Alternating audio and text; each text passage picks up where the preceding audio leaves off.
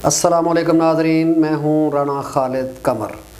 आप देख रहे हैं ख़बर के पीछे, तो देखते रहिए सतलुज न्यूज़। नाज़रीन, आज से अल्हम्दुलिल्लाह हमारे चैनल की वेबसाइट ने www.satlujnews.com ने काम शुरू कर दिया है, तो आप वहाँ भी विज़िट कर सकते हैं।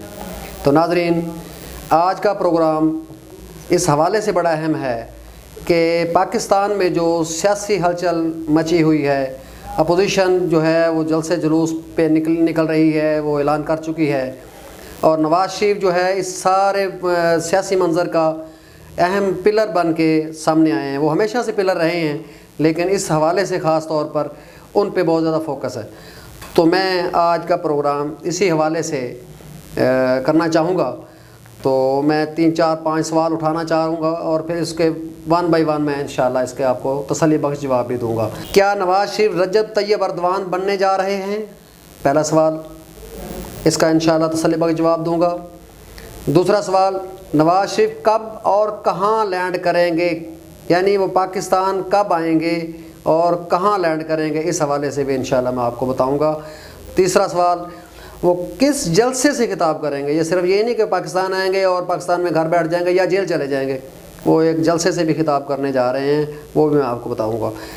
चौथा सवाल ये है कि इस जलसे में एक बड़ा जो है वो आपको ये बताता चलूं कि एक सुप्रीम कोर्ट के रिटायर्ड जज, साबिक जज के हवाले से वीडियो भी चलाए जाने का इम्कान है। वैसे तो नवाज़ शरीफ और नून लीग ने वीडियोज़ का एक सिलसिला शुरू किया हुआ है, लेकिन यहाँ मैं आपको ये बताता चलूँ कि एक साबिक जस्टिस के हवाले से पाकिस्तान में जो जलसा होगा और बहुत बड़ा जलसा होने जा रहा है, उस हवाले से एक वीडियो भी चलाई जाएगी और लोगों को दिखाया जाएगा, लोगों को मोटिवेट किया जाएगा, और जो उनका फॉलोअर हैं, जो नून लीग के जानने वाले हैं, उनको ये बताया जाएगा कि हमारे साथ क्या हुआ।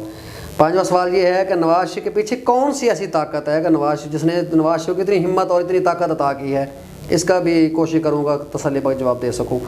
और छठा और आखिरी सवाल ये है, क्या अपोजिशन की ये तहरीक पुरअमन तौर पर अपने मकासद हासिल कर पाएगी या तशद्दुद के अंजाम की तरफ बढ़ेगी। तो नाज़रीन, क्या ये तहरीक पुरअमन तौर पर अपने मकासद हासिल कर पाएगी, तो वहाँ से हम जो है इसके जवाब शुरू करते हैं। तो नाज़रीन, इसका सीधा और सादा सा जवाब है वो ये कि हुकूमत वक्त और मुख्तदर हलकों पर मुनहसर है कि वो इस तहरीक को किस जानिब धकेलते हैं। ये नहीं कि अपोजिशन के जो है ये गेंद उसके कोर्ट में है, नहीं। मेरे हिसाब में ये हुकूमत वक्त और मुख्तदर हलकों के हाथ में है ये कि वो इस तहरीक को पुरअमन तौर पर जो है वो चलने देते हैं या इसको तशद्दुद की जानिब धकेलते हैं। ये उन पर मुनहसर है। अगर हुकूमत वक्त ने तशद्दुद का रास्ता अपनाया तो ये तहरीक खूनी शक्ल इख्तियार कर सकती है। इसलिए कि अपोजिशन बिलखसूस नून लीग और JUI पीछे हटने को किसी भी तौर पर तैयार नहीं हैं, और ये बात आगे बढ़ेगी। अगर ये इस तरह आगे बढ़ी और अगर इस मौका पर मुख्तदर हलकों ने समझदारी से काम लिया तो बात बन सकती है। बात सिर्फ ये नहीं कि सिर्फ तशद्दुद रुक सकता है, बल्कि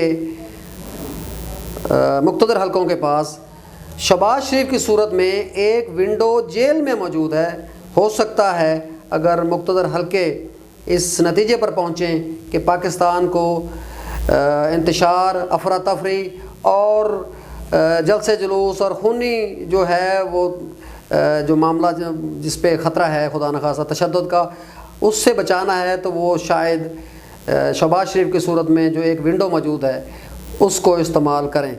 लेकिन आपको ये भी बताता चलूँ, ये विंडो नवाज़ शरीफ की मंजूरी के बगैर नहीं खुलेगी, क्योंकि नवाज़ शरीफ ये फ़ैसला कर चुके हैं कि मुख्तदर हलकों के साथ अब मेरी मंजूरी के बगैर ये कोई नहीं मिलेगा, कोई विंडो नहीं खुलेगी। तो ये मंजूरी जो है वो नवाज़ शरीफ के मूड और नवाज़ शरीफ के फ़ैसले पर डिपेंड करती है। नवाज़ शरीफ फ़िलहाल बहुत जारहाना मूड में दिखाई देते हैं, इसलिए अभी आज के दिन तक फ़िलहाल ये सारी चीज़ें हम ये नहीं कह सकते कि इस विंडो को खोला जाएगा या नहीं खोला जाएगा। खोला जाएगा तो किन शराइत के तहत खोला जाएगा, इस हवाले से अभी आने वाला वक्त तो आपको बताएगा। नाजरीन, अगर दोनों जानिब से थोड़ी बहुत गुंजाइश निकाली गई तो फिर शहबाज शरीफ जेल से सीधा ऐवान सदर पहुँचेंगे। आपको याद होगा माजी में एक बार ये हो चुका है। जो सिक्योरिटी रिस्क था, वो जो 10% था जिसके ऊपर इल्ज़ाम लगाए जाते थे, वो साबिक सदर जो हैं आसिफ अली जरदारी, वो जो हैं वो जेल से सीधा हलफ उठाने के लिए ऐवान सदर गए थे। यहाँ भी तारीख़ अपने आप को दोहरा सकती है और शहबाज शरीफ जो है वज़ारत उज़्मा का हलफ उठा सकते हैं, ठीक है। लेकिन बहरहाल मैं जैसे मैंने कहा कि ये इख्तियार भी नवाज़ शरीफ के पास है। अगर दोनों जानब से गुंजाइश ना निकाली गई तो फिर हम ये कह सकते हैं कि बात इससे बहुत आगे जाएगी और खुदा न खास्ता तशद्दुद जो है वो पाकिस्तान के लिए किसी भी तौर पर ठीक नहीं होगा। तो नाजरीन, 5वें सवाल का जवाब मैं आपको देता हूँ। नवाज़ शरीफ के पीछे कौन सी ताकतें हैं? इसका जवाब इंतहाई मुश्किल है। ये बात तो तय है कि नवाज़ शरीफ जो गीली जगह पाँव रखने के आदी नहीं, क्या वो इतना बड़ा फ़ैसला अकेले कर सकते हैं? तो अर्ज़ है बिल्कुल नहीं। अब मालूम करना पड़ेगा कि इनके पीछे ऐसे कौन से अवामल या खुफिया ताकतें हैं जिन्होंने नवाज़ शरीफ को इंतहाई कदम उठाने पर मजबूर किया।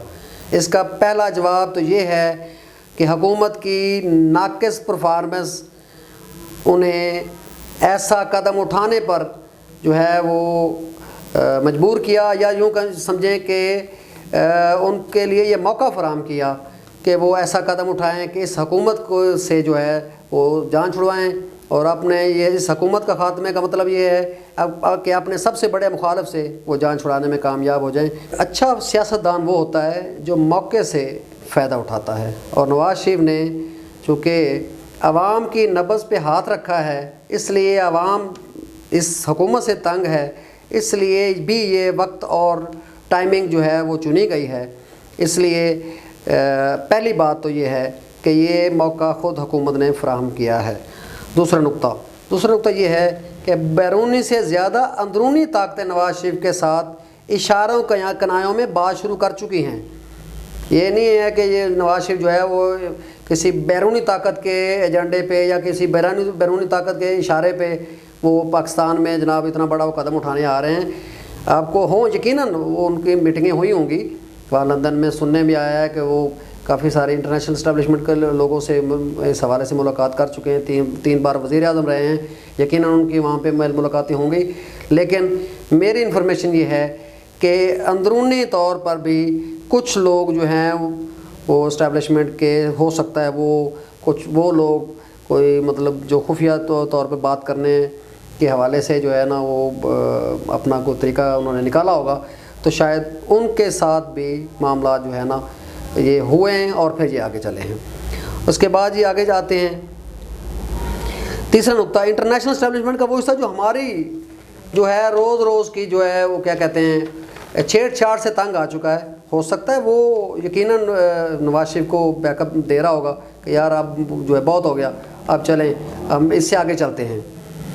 वो हमारी पॉलिसियों का तसलसल चाहते हैं, इसलिए शायद वो जो है ना वो मौजूदा हुक्मरानों से और शायद किसी हद तक जो है ना वो जो हमारे मेन जो पिलर्स हैं उनसे शायद जान छुड़वाना चाहते हैं। और चौथा नुक्ता, नून लीग को मालूम था कि मौजूदा बंदोबस्त 10 साल के लिए किया गया। वज़ारत उज़्मा से लेकर दीगर अहम तरीन ओहदों की बंदर बांट की जा चुकी है, इसलिए उसने इस बंदर बांट को चैलेंज करने का फ़ैसला किया। इसलिए सबूत चाहिए थे, इसके लिए सबूत चाहिए थे। तो मेरी मालूमात के मुताबिक पनामा केस का फ़ैसला करने वाले सुप्रीम कोर्ट के एक जस्टिस की वीडियो जो है वो इनके पास सबूत के तौर पर मौजूद है, और वो जैसा कि मैंने कहा कि वो किसी टाइम भी चलाई जा सकती है, और ज़्यादा इम्कान है कि वो लाहौर के जलसे में चलाई जाए। लाहौर के जलसे में नवाज़ शरीफ जो है वो 15 दिसंबर के जलसे से लाहौर का जो सबसे बड़ा जलसा होने जा रहा है उससे खिताब करेंगे। मैंने जैसा कहा कि ये आपके लिए ब्रेकिंग है कि नवाज़ शरीफ 15 दिसंबर के जलसे से खिताब करें। मैंने आपको याद होगा पहले पिछले प्रोग्राम में ये कहा था कि वो नवंबर में आ रहे हैं, लेकिन हुकूमत ने चूँकि ये मामला किया, उनका वो लिख दिया, लेटर लिखा कि जो वो उनके कैंसिल कर रहे हैं, उनको ब्लॉक कर रहे हैं शनाख्ती कार्ड और पासपोर्ट को, तो इसलिए उनका वो जो है प्रोग्राम तब्दील हुआ है। और मेरी इन्फॉर्मेशन के मुताबिक 15 दिसंबर के जलसे से वो खिताब करेंगे। नवाज शरीफ लाहौर में लैंड करेंगे। और आपको ये बताता चलूँ कि बेनज़ीर का जो पाकिस्तान में आमद हुई थी वो 86 में, वो उसको लोग भूल जाएंगे, इतना बड़ा इज्तिमा होगा ये। और वहाँ से वो जलसागाह में पहुँचेंगे। और अब सबसे अहम और पहला नुक्ता जो मैंने उठाया था, क्या नवाज शरीफ तैयब रजब अर्दवान बनने जा रहे हैं? तो जनाब इसका सादा सा जवाब है जी हाँ, वो ऐसा ही इरादा रखते हैं। अगर मुक़्तदर हलकों और हुकूमत ने होश के नाखन ना लिए तो वो इसी रास्ते पर चलने का इरादा रखते हैं। वो पाकिस्तान इसी सिलसिले में आ रहे हैं, लेकिन अभी भी जैसा कि मैंने कहा कि गेंद जो है वो मुक़्तदर हलकों के कोर्ट में है। फ़ैसला उनके हाथ में है कि वो इस पूरे सीन को किस तरह से लेते हैं। अगर तो वो अपनी ज़िद और अना पे कायम रहे और जिस तरह के अवाम इस मौजूदा हुकूमत से तंग हैं, अगर तो इसको तो इसी तरह बैकअप देते रहे तो फिर जो है वो नवाज शरीफ जो है तैयब अर्दवान की तरह जो है ना वो बनने का इरादा रखते हैं। लेकिन हमारी दुआ और ख्वाहिश है कि वो अपने वो इरादे से जो है वो पीछे हटें और इस मुल्क को जो है वो तशद्दुद की तरफ जाने के बजाय जमहूरियत का जो सही जो असल जमहूरियत है उसकी तरफ जो लौटाने के लिए एक जगह पे बैठ जाएं। तो नाज़रीन इंशाअल्लाह मिलेंगे अगले प्रोग्राम में। देखते रहिए www.sutlejenews.com। बहुत शुक्रिया।